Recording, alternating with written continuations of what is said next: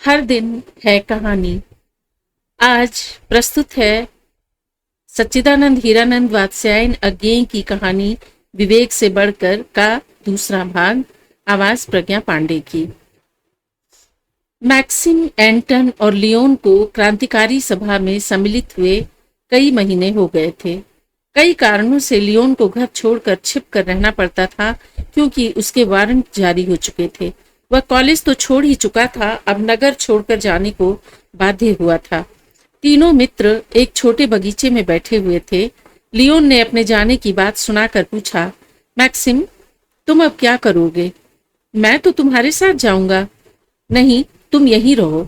एंटन की सहायता करते रहना, उसे तुम्हारी मदद की बहुत जरूरत रहेगी। और तुम अभी तक सुरक्षित हो, क्यों मेरे साथ जाओगे? जब तक सुरक्षित रहकर काम कर सको, करो। व्यर्थ अपनी शक्ति कम कर देने से क्या लाभ? हाँ, अगर तुम्हारे वारंट निकले होते तब दूसरी बात थी। क्यों एंटन, तुम इसे अपने साथ रखोगे? एंटन ने दूसरी ओर देखते हुए कहा, जो काम मैक्सिम मेरे साथ करता है उसे मैं दूने उत्साह से करता हूँ। मैक्सिम फिर लियोन की ओर उन्मुख होकर बोला, एक और बात भी है, घर पर मेरा रहना असंभव हो रहा है। एंटन ने आग्रह से कहा, तो फिर मेरे पास आ जाना, मेरे स्टूडियो में बड़े आराम से रह सकोगे। मैक्सिम ने उत्तर नहीं दिया, किंतु उसका मौन स्वीकृत सूचक नहीं था।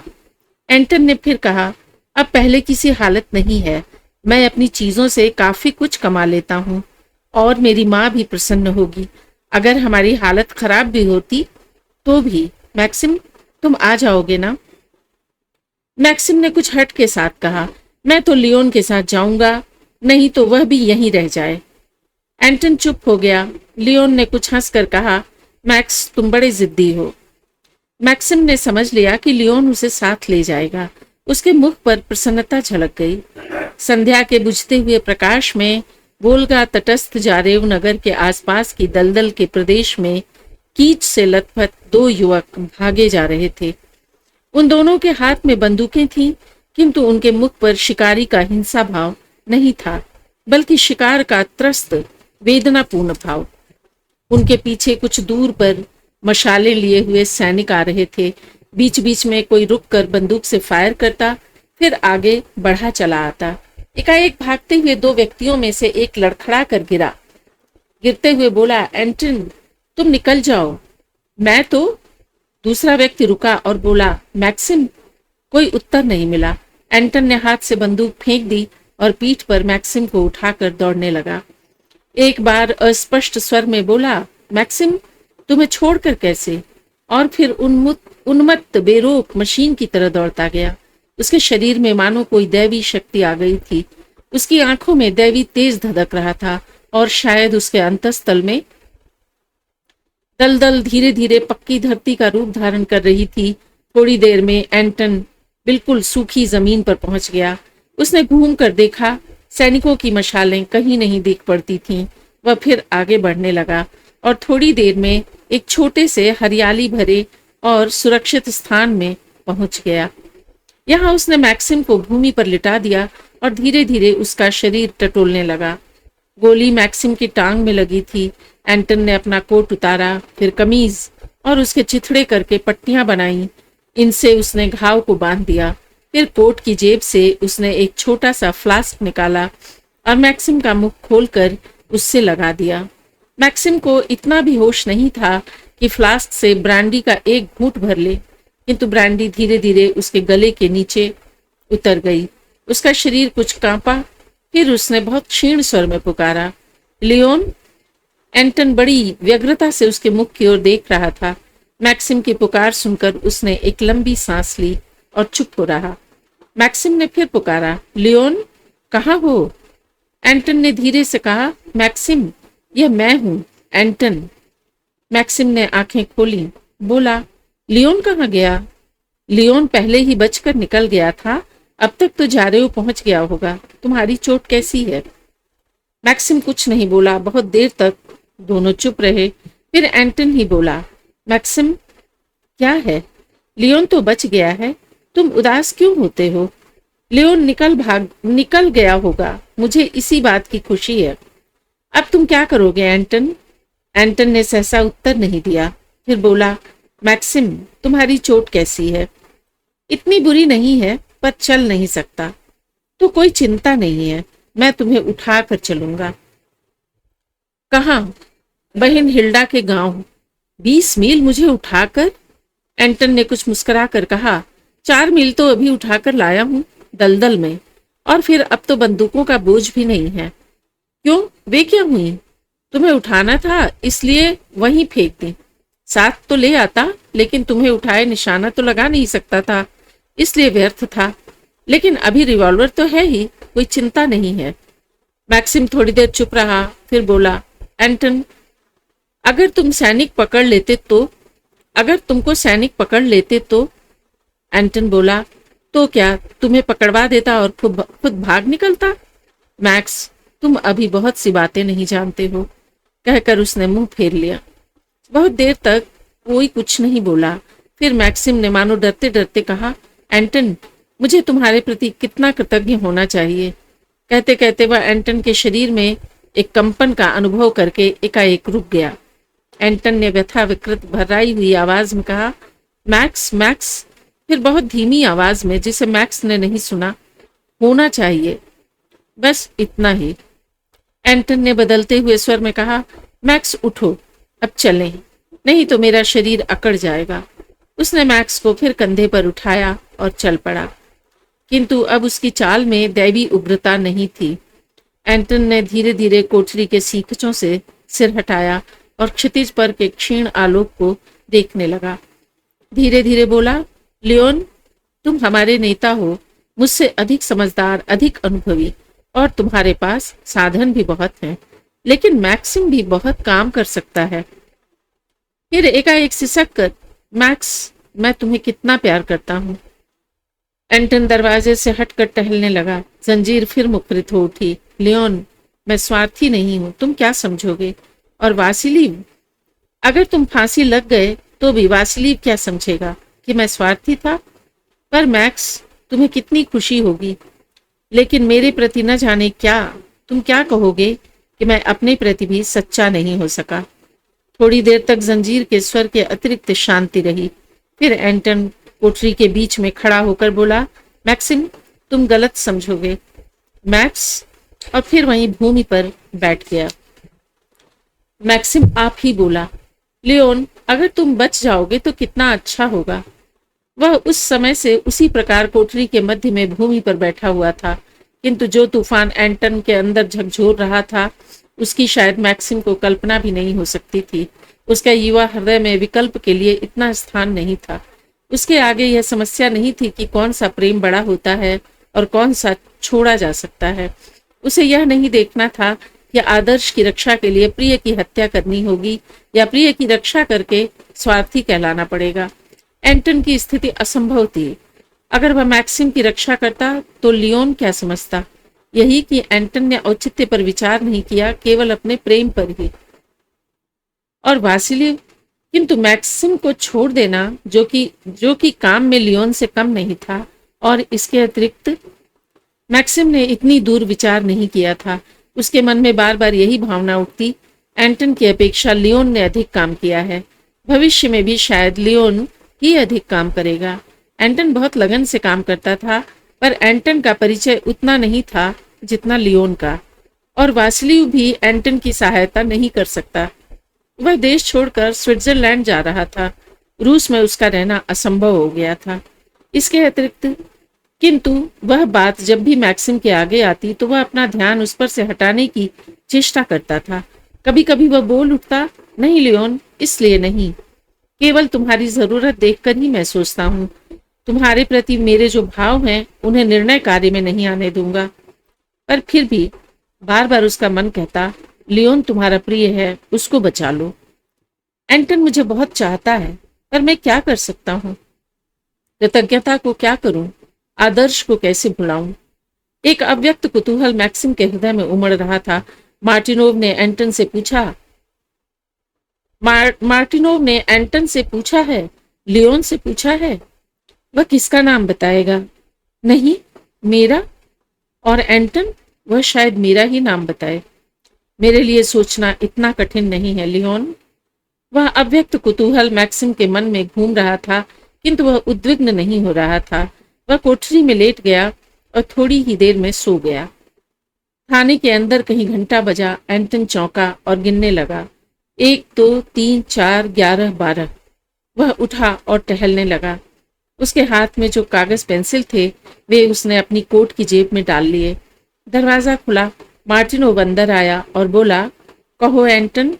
एंटन चुपचाप उसकी ओर देखता रहा। मार्टिनोव फिर बोला, एंटन, निर्णय कर लिया? हाँ। क्या आप लियोन को छोड़ दें? कहकर एंटन ने मुंह दीवार की ओर फेर लिया। मार्टिनोव ने पूछा, एंटन, यह निर्णय किस आधार पर किया, यह पूछ सकता हूँ? एंटन ने कोई उत्तर नहीं दिया। मार्टिनोव थोड़ी देर उसकी ओर देखता रहा, फिर बोला, ये जेब में क्या है? एंटन फिर भी कुछ नहीं बोला। मार्टिनोव ने धीरे से कागज उसकी जेब से निकाल लिया और लैंप के पास जाकर देखने लगा। वह मैक्सिम का एक छोटा सा चित्र था। मार्टिनोव ने कोमल स्वर में कहा, एंटन, मालूम होता है तुमने यह निश्चय सहज ही नहीं किया। एंटन ने धीरे से कहा, शायद, पर यह अनिवार्य था। यह चित्र, इसे मैं ले जाऊं? यह एक चिन्ह रह जाएगा, तुम्हारा और मैक्सिम का। एंटन ने भर्राई हुई आवाज में कहा, अच्छा। मार्टिनोव ने विस्मित किंतु कोमल स्वर में कहा, एंटन, यह तुम्हें शोभा नहीं देता। अच्छा, मैं जाता हूं, ईश्वर तुम्हें शांति दे। वह धीरे धीरे बाहर चला गया। जब दरवाजा बंद हो गया तब एंटन अपने स्थान से हिला। उसने लैंप बुझा दिया और फिर चुपचाप नीचे लेट गया। उसके बाद उसके मन में कितने तूफान उठकर बैठ गए यह पता नहीं। मैक्सिम, मैक्सिम, उठो। मैक्सिम उठ बैठा। मार्टिनोव ने पूछा, मैक्सिम, क्या सोचा? मैंने सोच लिया है, लियोन को छोड़ दो। मार्टिनोव ने पूछा, तुमने एंटन और लियोन की तुलना किस आधार पर की, यह बताओगे? मार्टिनोव ने, क्यों, ऐसे ही, मैं पुलिस अफसर हूं ना, मनोविज्ञान का अध्ययन करता रहता हूं। इसके अतिरिक्त सहानुभूति होने के कारण लियोन ज्यादा काम का आदमी है। मार्टिनोव ने स्थिर दृष्टि से मैक्सिम की ओर देखते हुए कहा, तुम जानते हो एंटन का क्या मत है? मैक्सिम ने उत्सुकता दिखाते हुए पूछा, क्या? अब मैं तुम्हारा निर्णय सुन चुका हूं, अब बताने में कोई हानि नहीं है, लेकिन मुझे इसकी बहुत खुशी है कि तुम्हारी राय उससे मिलती है। मैक्सिम ने चौंक कर कहा, क्या? उसने भी यही कहा था। मैक्सिम की आकृति बदल गई। वह बहुत देर तक चुप रहा, फिर अपने आप से ही बोला, सच? मार्टिनोव ने पूछा, मैक्सिम, क्या सोचने लग गए? कुछ नहीं, एंटन ने तुम्हारा एक चित्र बनाया है, यह देखो। कहकर मार्टिनोव ने मैक्सिम की ओर बढ़ा दिया। मैक्सिम उसकी ओर देखता रहा, किंतु उसे लेने के लिए उसने हाथ आगे नहीं बढ़ाया। कुछ देखकर उसने एक लंबी सांस ली और बोला, झूठ। एंटन, तुमने बहुत झूठ बोला था। मार्टिनोव ने चित्र हटा लिया और बोला, क्या है मैक्सिम? कुछ नहीं, इस वक्त आप चले जाएं, मैं सोचना चाहता हूँ। मार्टिनोव धीरे धीरे बाहर चला गया। उसे जाते देख मैक्सिम ने पुकार कर कहा, सुनो मार्टिनोव, एक बात पूछता हूँ। मार्टिनोव लौटा और बोला, क्या? लियोन से भी पूछा था? क्यों? उसने क्या राय दी थी? तुम दोनों की राय मिलती है, इसलिए लियोन की राय का महत्व नहीं है। इसके अतिरिक्त पूछ कर क्या करोगे? मैं जानना चाहता था। अच्छा, शायद जानने से दुख ही हो, जाने दो। कहकर मैक्सिम ने मुंह फेर लिया। मार्टिनोव एक लंबी सांस लेकर बाहर चला गया। पौ फट रही थी, पर बर्फ का गिरना भी बंद नहीं हुआ था। एंटन रात भर सो नहीं सका था। वह अब दरवाजे के पास बैठा हुआ था। इसी समय मार्टिनोव भीतर आया और बहुत देर तक करुणा भरी दृष्टि से एंटन की ओर देखता रहा। एंटन ने पूछा, क्या है? मार्टिनोव ने दुखित स्वर में कहा, एंटन, तुम ईश्वर में विश्वास करते हो? एंटन ने विस्मित होकर पूछा, क्यों? कुछ नहीं, शायद तुम्हें प्रार्थना करनी हो।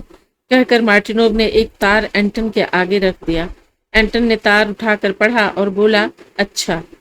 तार में लिखा था, कोर्ट मार्शल की आज्ञा है, अभियुक्तों को फौरन गोली से उड़ा दो। General Brusilov. एंटन ने शांत स्वर में पूछा, फिर? मार्टिनोव कुछ बोल नहीं सका। एंटन ने फिर पूछा, कितने बजे होगा? 7 बजे। सिपाही तैयार हो रहे हैं। फिर कुछ रुककर, एंटन, मेरे वश के बाहर की बात है, लियोन को ही बचा सका हूं। कुछ नहीं, चिंता नहीं है। मालूम होता है मैक्सिम ने भी लियोन का ही नाम बताया होगा। हाँ, मैं पहले से ही जानता था। मार्टिनोव ने ध्यान से एंटन की ओर देखकर चाहा उसके भाव पहचान ले, किंतु एंटन के चेहरे पर निरीह शांति का जो पर्दा था उसे मार्टिनोव नहीं भेद सका। फिर उसने पूछा, एंटन, तुमने मैक्सिम का नाम क्यों नहीं लिया? एंटन ने अन्यमनस्क सा होकर उत्तर दिया, किसी के मन में यह भाव उत्पन्न होने से कि रूस का एक भी क्रांतिवादी स्वार्थी है, यही अच्छा है कि हम अपने अभिन्नतम मित्र का बलिदान कर दें। मार्टिनोव ने कहा, मैं नहीं समझा। विवेक से बढ़कर भी कोई प्रेरणा होती है। एंटन ने इससे अधिक समझा कर कहने की जरूरत नहीं समझी। मार्टिनोव चला गया। एंटन धीरे से बोला, मैक्सिम, तुमसे क्या आशा करूं? सूर्योदय हो रहा था, वायु बंद हो गई थी, किंतु थोड़े बादल छाए थे और धुनी हुई रुई की तरह कोमल बर्फ गिर रही थी। थाने के पीछे एक पर्णहीन वृक्ष के नीचे तख्तों से बंधे हुए दो व्यक्ति खड़े थे, एंटन और मैक्सिम। उनसे 20 कदम की दूरी पर 8 सिपाही बंदूकें लिए खड़े थे और उनसे कुछ दूरी पर एक सार्जेंट।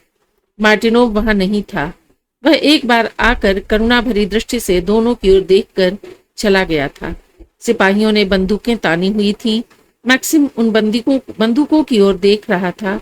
उसका मुख देखने से मालूम होता था कि उसने बड़े यत्न से आंखों को उधर फेर रखा है, मानो वह और किसी को देखने से डर रहा हो। एंटन मैक्सिम की ओर देख रहा था। उसकी दृष्टि में न जाने क्या क्या भाव छिपे हुए थे, स्नेह, व्यथा, आशा, प्रेरणा, निराशा। उसने पुकारा, मैक्सिम, बोलते क्यों नहीं? मैक्सिम ने उत्तर नहीं दिया। एंटन ने फिर जल्दी जल्दी भर्राए हुए स्वर में कहा, मैक्सिम, मैक्सिम, तुम अन्याय कर रहे हो। मैं अधिक नहीं कह सकता हूं। मैंने यही देखा है कि जो चीज सबसे अधिक प्रिय होती है उसकी आहुति देने से उतना कष्ट नहीं होता जितना। मैक्सिम के मुख पर विद्रूप भाव देखकर एंटन चुप हो गया। फिर एक विषादपूर्ण हंसी हंसकर धीरे धीरे बोला, तुम कोई भी ठीक समझेगा ऐसी मैंने आशा भी नहीं की थी। सिपाहियों में कुछ जागृति आई। मैक्सिम और एंटन ने प्रतीक्षापूर्ण नेत्रों से उनकी ओर देखा, फिर एक साथ ही बोल उठे, रूस क्रांति चिरजीवी हो।